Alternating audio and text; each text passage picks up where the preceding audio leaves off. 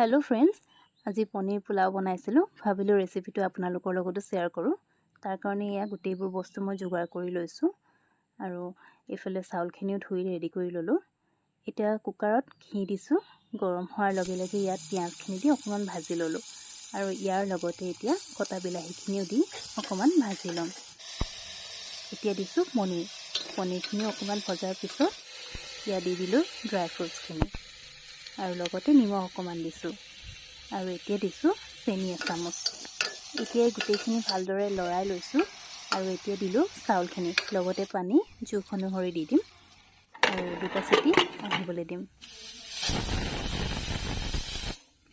এয়া ৰেডি হৈ গ'ল পোলাও। ঢাকনখন খুলি দেখুৱাইছোঁ। খুব ধুনীয়া লাগিছে দেখিবলৈ আৰু খাবলৈও ভাল হৈছিল। এইফালে আছে পনীৰ।